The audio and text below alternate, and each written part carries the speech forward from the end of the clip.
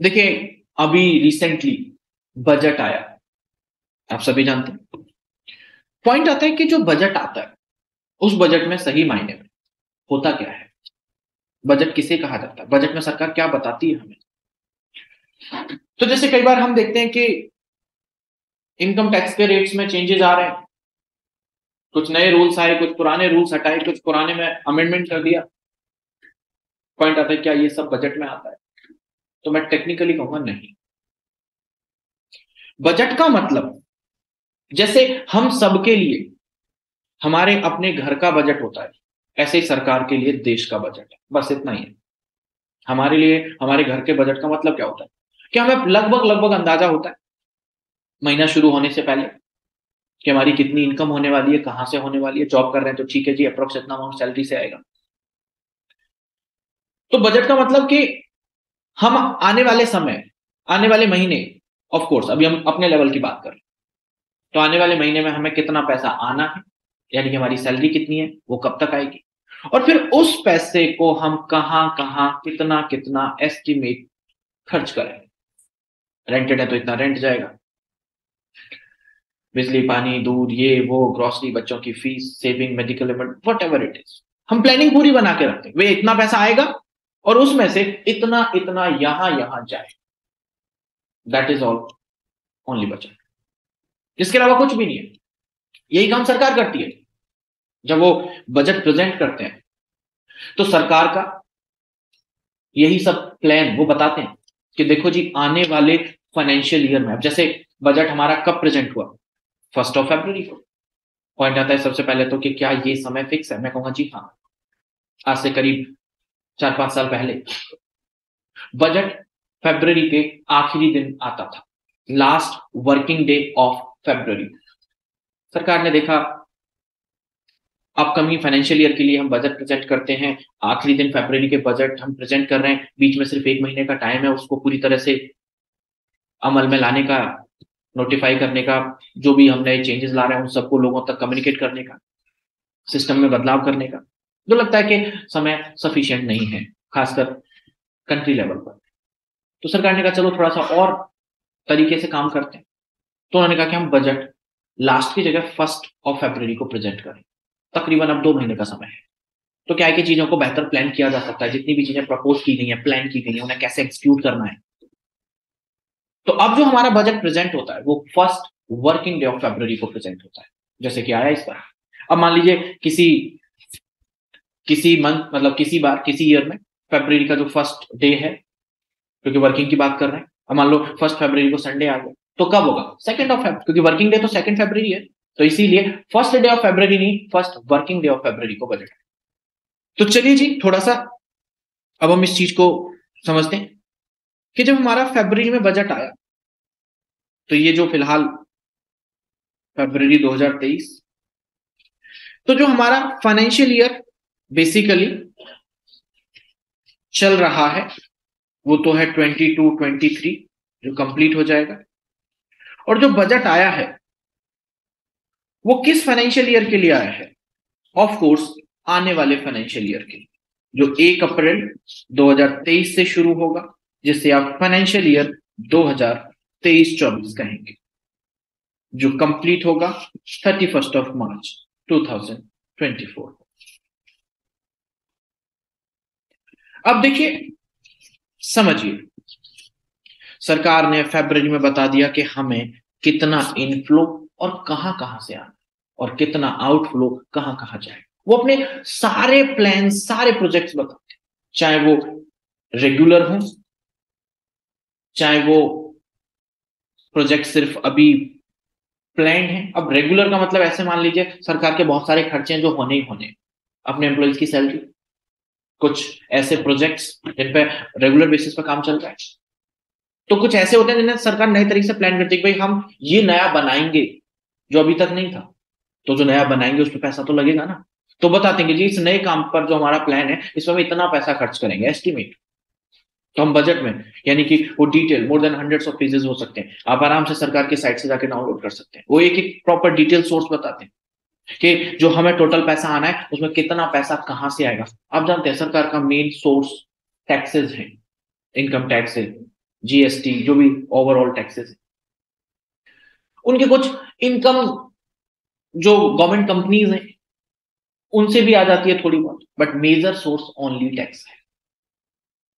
अब कितना पैसा कहां से आएगा वो उन्होंने डिटेल में बता दिया, और कितना पैसा कहां कहां जाएगा वो भी वो डिटेल में बता दिया, और बस उसी को बजट कहा जाता है। अब बात आती है सर, जो रेट्स में चेंजेस आता है, पॉलिसीज में बदलाव आता है, वो सब क्या है? क्या वो बजट है? मैं कहूंगा नहीं जी, वो बजट नहीं है। ये ऐसे समझिए, क्या हमारे देश में कोई भी नियम, रूल, लॉ बिना पार्लियामेंट से पास कराए कानून बन सकता है, या उसे इंप्लीमेंट किया जा सकता है विदाउट कि जी उसको कानून बनाए बिना? नहीं हो सकता। तो जो बजट में जितने भी रूल्स के बारे में कहा जाता है कि जी इनकम टैक्स में ये बदलाव, वो सब प्रपोजल्स होते हैं। जब आप उन फाइनेंस मिनिस्टर के बजट स्पीच को सुनते हैं तो उसमें कि जी हम ये प्रपोज कर रहे हैं, तो वो प्रपोजल है कि वो पार्लियामेंट में प्रपोजल के तौर पर रख रहे हैं कि भाई हम इनकम टैक्स में ये बदलाव करेंगे, हम जीएसटी में ये चेंज करेंगे। वो सारे के सारे प्रपोजल्स फिर पार्लियामेंट में ऑन टेबल रखे जाते हैं, उसे पास कराया जाता है, और पास होने के बाद वो कानून बनता है। तो पता है हम उसे बोलते हैं फाइनेंस बिल। बजट एक अलग चीज है, फाइनेंस बिल एक अलग चीज है। बजट में इनफ्लोज एंड आउटफ्लोज की कंप्लीट डिटेल्ड आपकी जानकारी आपको दी जाती है, और फाइनेंस बिल में वो सारे के सारे रूल्स, पॉलिसीज, सारे के सारे चेंजेस, नए रूल्स, पुरानों को हटाना, वो सब कुछ फाइनेंस बिल में लाया जाता है। और उसे बिल तब तक बोलते हैं जब तक कि वो पास नहीं हो जाता। पास होने के बाद वो क्या बन जाता है? Act, finance act. तो देखिए, अभी जो प्रेजेंट किया गया वो था आपका फाइनेंस बिल, और उसके साथ हम वो year as a suffix add कर देते हैं जिस ईयर में वो प्रेजेंट किया गया है। तो हम उसे क्या बोलेंगे? Finance bill 2023। फिर उसे जैसे कि पार्लियामेंट में प्रेजेंट किया गया है, पास कराया जाएगा और साइन कराया जाएगा, एंड देन वो क्या बन जाएगा? Finance act 2023। और फिर जितने भी रूल्स उस फाइनेंस बिल में प्रपोज किए गए थे, वो फाइनेंस एक्ट बनने के बाद इस चीज की कंप्लीट जानकारी के साथ कि उनकी डेट ऑफ इफेक्टिव, यानी कि वो किस दिन से लागू होंगे, वो तक उसमें बताया जाए हर रूल को लेकर के। तो समझिए, आपको ये चीज बिल्कुल क्लियर रखनी है कि जितने भी रूल्स, चेंजेस उसमें प्रपोज किए जाते हैं वो सब फाइनेंस बिल का हिस्सा रहते हैं।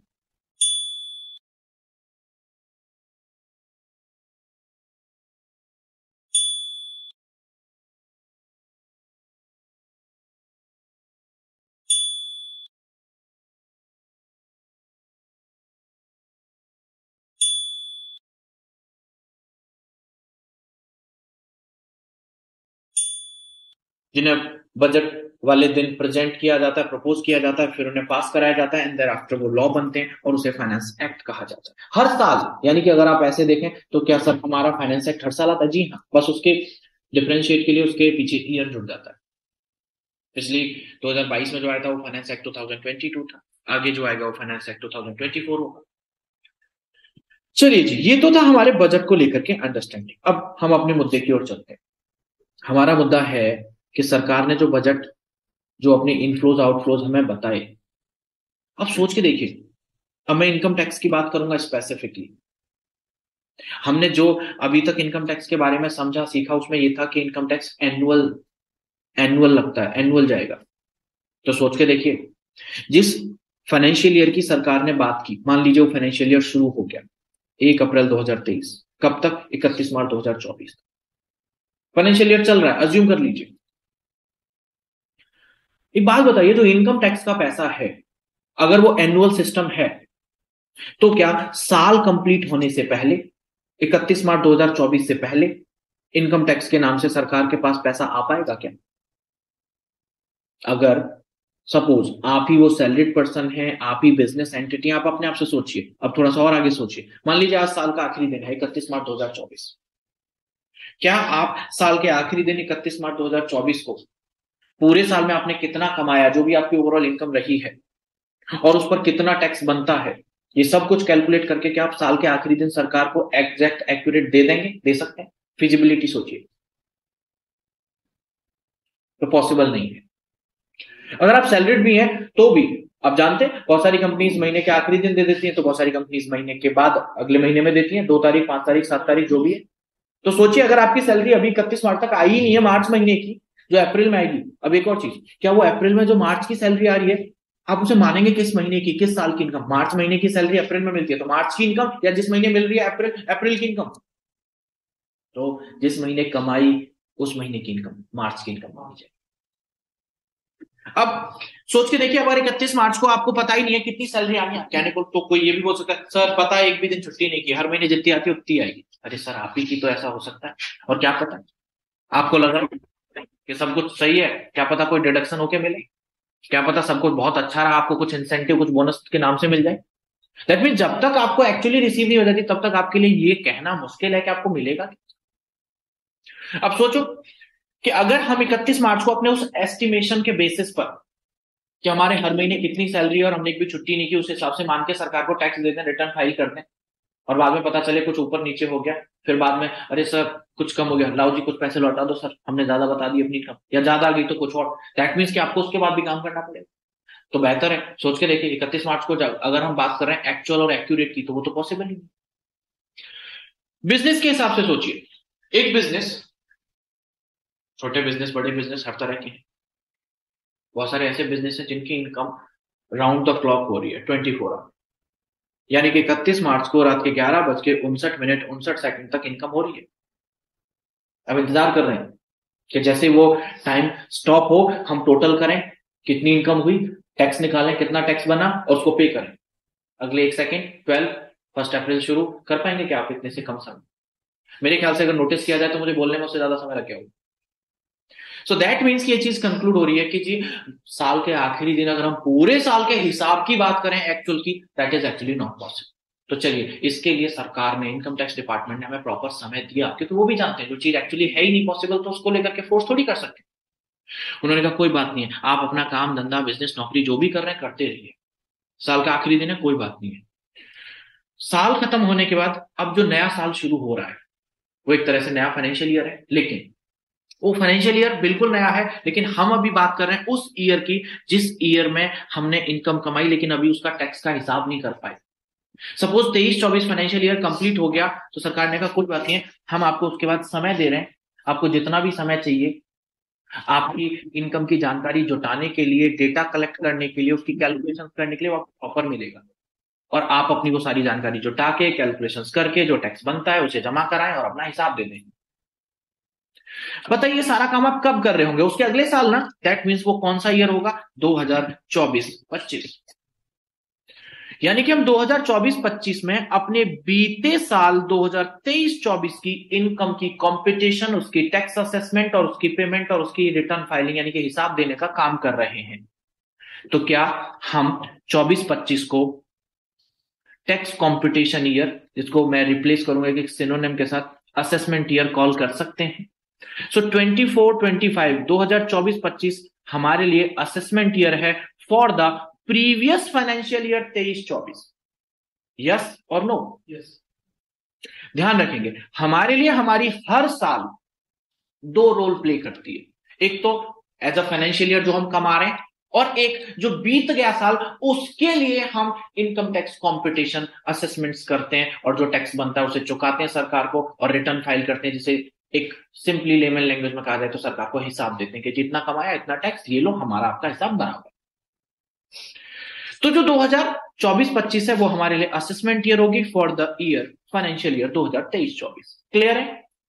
अब जो 23-24 रनिंग जिसकी बात कर रहे हैं वो भी तो अपने आप में असेसमेंट ईयर रहेगी। किसके लिए? अपने पिछले वाले के लिए, 22-23 के लिए। तो इस कनेक्टिविटी को आप समझ जाएं आसानी से कि फाइनेंशियल ईयर और असेसमेंट ईयर क्या है। फाइनेंशियल ईयर वो जिसमें हम कमा रहे हैं, असेसमेंट ईयर वो जिसमें हम अपनी टैक्स वर्किंग्स करेंगे। किसके लिए? जो बीत गया साल उसके लिए, इमीडिएट प्रोसीडिंग ईयर के लिए। ठीक है जी। चलिए अब आप एक चीज सोचिए, 1 अप्रैल 2023 से फाइनेंशियल ईयर 23-24 शुरू हो गया, लेकिन टैक्स का पैसा तो 24-25 में आएगा। यही तो बात कंक्लूड हुई है हमारी। अब एक बात बताओ, सरकार ने जो इनफ्लो बताया भाई इतना पैसा हमारे पास आएगा, उसमें से इतना पैसा यहाँ खर्च करेंगे, लेकिन इनफ्लो में से कुछ पैसा तो आ ही नहीं रहा हमें, इनकम टैक्स का पैसा तो आ ही नहीं रहा हमें, तो खर्चे कैसे करेंगे? क्या सरकार अपने कर्मचारियों को, एम्प्लॉइज को बोलते ठीक है भाई 24-25 में पैसा आएगा तब देंगे आपकी सैलरी, तब तक मेहनत करके काम करते रहो? कोई करेगा काम? काम छोड़ो, धरने पे बैठ जाएंगे। अब मैं 1 मिनट के लिए आपसे एक छोटा सा सवाल पूछूंगा, और वो ये, मान लो आपको पिछले साल का कुछ नहीं आना, पिछले साल का कुछ नहीं आना, और इस साल का पैसा अगले साल आएगा, कैसे मैनेज करोगे? मान लीजिए आप अपने देश के मुखिया हैं, प्रधान हैं, कैसे चलाएंगे देश को? पिछले साल का कुछ नहीं आ रहा है इस साल, और इस साल का जो पैसा है, जैसा मैंने आपको सिस्टम समझाया उसके मुताबिक कब आएगा? अगले साल, असेसमेंट ईयर में आएगा। देन कैसे मैनेज करेंगे? खर्चों को रोक पाएंगे क्या? वो तो नहीं रुकेंगे। तो क्या करें, क्या सोल्यूशन निकालें इसका? तो देखिए, सोल्यूशन तो बहुत सारे निकालते हैं, कर्जा ले लेते हैं किसी से, जब आएगा तब लौटा देंगे, बट एक्चुअली वो परमानेंट सोल्यूशन तो नहीं है ना। कर्जा लेंगे, उसकी ब्याज भी जाएगी, ब्याज भी जाएगी, तो उस ब्याज की भरपाई करने के लिए सरकार क्या करेगी? टैक्स रेट बढ़ाएगी, फिर लोग शोर मचाएंगे। तो दिमाग में एक ही आइडिया आता है, और वो ये है कि हम अपने टैक्स पेयर्स को बोलें कि भाई आपको टैक्स वैसे भी देना ही है। हाँ, वो बात अलग है कि आप उसकी एक्चुअल कंपटीशन नहीं कर पा रहे हैं, आपको नहीं पता एक्चुअल इनकम कितनी है, टैक्स लायबिलिटी कितनी है, इसीलिए तो हम असेसमेंट ईयर तक पहुंच गए। अगर पता चल जाए तो उसी सेम ईयर में देने में क्या प्रॉब्लम? कोई प्रॉब्लम नहीं है, क्योंकि कमा भी तो आप उसी समय रहे हो। अगर एक तरह से देखा जाए तो आपने कमाया 23-24 में, सरकार को मिले 24-25 में, क्या ये फेयर है इनकम टैक्स? नहीं जी, जब आपने कमाया तभी दो ना सरकार को भी। तो देखिए, सरकार ने एक सिस्टम बदला, और वो सिस्टम क्या है वो समझिए। उन्होंने कहा देखो भाई, 31 मार्च तक आपके लिए कुछ भी पॉसिबल नहीं था, कोई बात नहीं है, असेसमेंट ईयर में आप अपनी इनकम का एक्चुअल इनकम पता लगा लेंगे, टैक्स लायबिलिटी भी पता लगा लेंगे, पेमेंट भी कर देंगे, हिसाब भी कर देंगे, सब कुछ ठीक है। लेकिन हम आपको कुछ बदलने के लिए नहीं कह रहे, बस एक छोटा सा सिस्टम बदलना है कि ये जो पेमेंट आप एक्चुअल टैक्स लायबिलिटी के कंफर्म होने के बाद असेसमेंट ईयर में करने की बात कर रहे हो, उसमें थोड़ा चेंज करते हैं। ये पैसा आप हमें एडवांस में दे दो ना कुछ, बाकी कुछ नहीं बदल रहे। फाइनल आपकी एक्चुअल इनकम जब कंप्यूट होगी तभी करिए, टैक्स लायबिलिटी कितनी है एक्चुअली वो जब कंप्यूट हो सकती है तभी करिए। लेकिन जब पैसा देने की बात आ रही है, एक्चुअल पैसा देने की, बोले वो तब मत दो जब आप एक्चुअल कंप्यूट कर पा रहे हो। हम आपसे रिक्वेस्ट कर रहे हैं, आप उसे पहले ही दे दो ना हमें एडवांस में। अब बात आती है ये कैसे पॉसिबल है? बहुत पॉसिबल है। तो सुनिए, सर मैं घर से निकला ऑफिस के लिए, तो मुझे सुनाई दिया, आवाज आई कि वो कुछ सामान खत्म हो गया, लेके आना है। मैंने कहा जी लेट हो रहा हूं, अभी तो बिल्कुल नहीं, लिस्ट बना के दे दो, शाम को ले आता। उन्होंने कहा नहीं, दिन में कुछ काम है, सामान अभी ला के दो। अब खींचातानी चल रही है, सामने से ताने आ रहे हैं, अपना काम होता है तो कितनी भी देर लेट हो जाओगे। तो फाइनली मुझे समझ आया, मैंने लिस्ट बनाया, ठीक है जी क्या क्या लाना है। लिस्ट बन गई सर, मैं पॉकेट में रख के बैग उठा के चल दिया। जैसे ही बैग उठाया उन्हें समझ आई, बोल बैग लेके कहाँ जा रहे हो? अभी सामान लेके तो आओगे ना वापस। अब आप ये सुझाव मत दे देना सर ब्लिंकिट से मंगा लो ना, क्यों परेशान हो रहे हो, चलो ठीक है अभी उसको साइड में रखते हैं। तो ये मान लीजिए मैं लिस्ट लेकर के जैसे ही चला, सामने से मुझे कि बैग लेके कहाँ जा रहे हो, मैंने कहा जी सामान आ जाएगा, डोंट वरी।